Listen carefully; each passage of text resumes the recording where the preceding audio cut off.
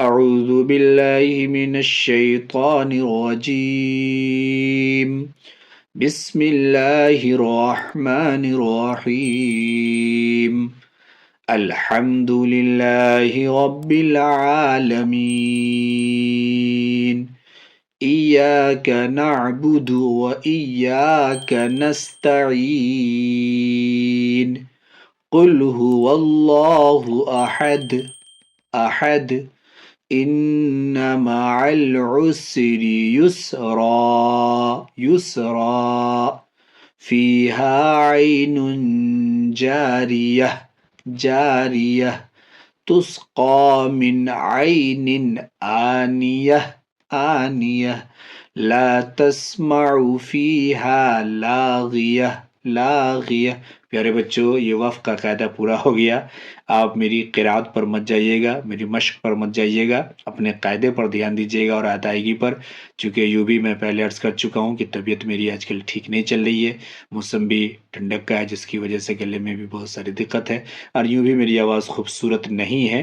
بس یہ ضرور ہے کہ قاعدے کو قاعدے کے مطابق پڑھا جائے اور صحیح پڑھا جائے. میرے استاد یہی کہتے تھے کہ قاعدے کو قاعدے کے مطابق پڑھیے، ادائیگی صحیح کیجیے. خوبصورت آواز ضروری نہیں ہے نا؟